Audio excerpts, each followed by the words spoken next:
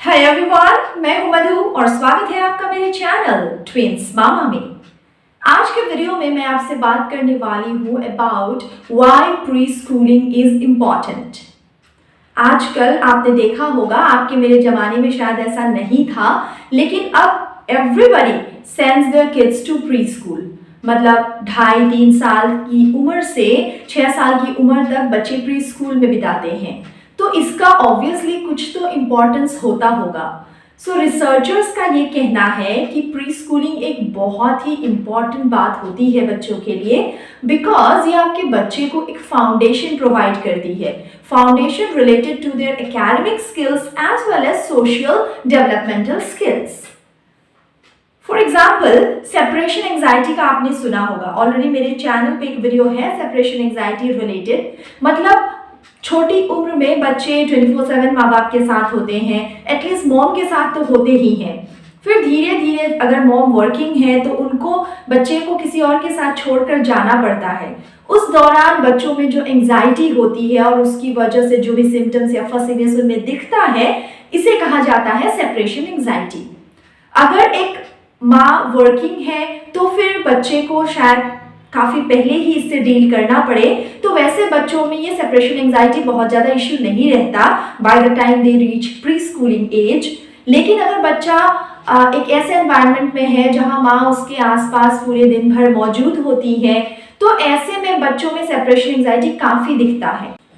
और सिर्फ माँ ही नहीं, फॉर एग्जाम्पल बच्चा शायद अपनी नानी के साथ या दादी के साथ या फिर किसी मेट के साथ रहे, तो उस बंदे से भी बच्चे का एक अटैचमेंट बन जाता है।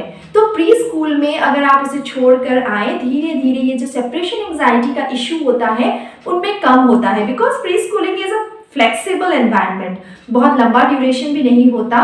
और अगर आप बच्चे को डायरेक्टली एक रिजिड स्कूलिंग पैटर्न में भेजें at the time when they reach 6 years of age, तो बच्चे के लिए शायद एडजस्टमेंट करना थोड़ा मुश्किल हो जाए।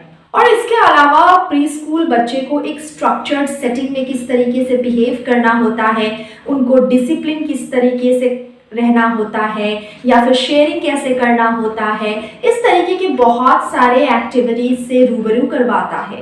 सो you can say there happens a smooth transitioning. मतलब घर से स्कूल तक का जो सफर है उसके बीच में मानिए प्री स्कूल एक ट्रांजिशनल फेज है, जब बच्चा थोड़ी देर के लिए एक स्ट्रक्चर्ड सेटिंग में रहता है, लेकिन ये बिल्कुल रिजिड भी नहीं होता जैसा कि एकेडमिक स्कूलिंग एनवायरनमेंट होता है। तो वो ट्रांजिशन थोड़ा स्मूथ रहता है बच्चे के लिए। इस दौरान बच्चे इंस्ट्रक्शंस को फॉलो करना, टर्न टेकिंग, क्वेश्चंस पूछने के लिए हाथ खड़ा करना, इस तरीके की बेसिक चीज़ों को भी सीखते हैं। इसके अलावा प्री स्कूलिंग सोशल डेवलपमेंट में भी एक बहुत इंपॉर्टेंट रोल प्ले करता है। मतलब बच्चे खासकर न्यूक्लियर फैमिलीज में बहुत कम लोगों के कांटेक्ट में आते हैं, शायद पेरेंट्स या एक केयर गिवर या फिर एक ग्रैंड पेरेंट या एक सेट ऑफ ग्रैंड पेरेंट्स के। तो ऐसे में उनके लिए दूसरे लोगों को ट्रस्ट करना मुश्किल होता है। प्री स्कूल उन्हें एक एनवायरनमेंट देता है जहां वो टीचर्स से, अपने क्लासमेट्स से घुलते मिलते हैं और सीखते हैं कि दूसरों पे भी ट्रस्ट किया जा सकता है। So it builds social skills as well. और इसके साथ साथ लैंग्वेज बिल्डिंग, मोटर स्किल्स, इन सब की भी डेवलपमेंट होती है।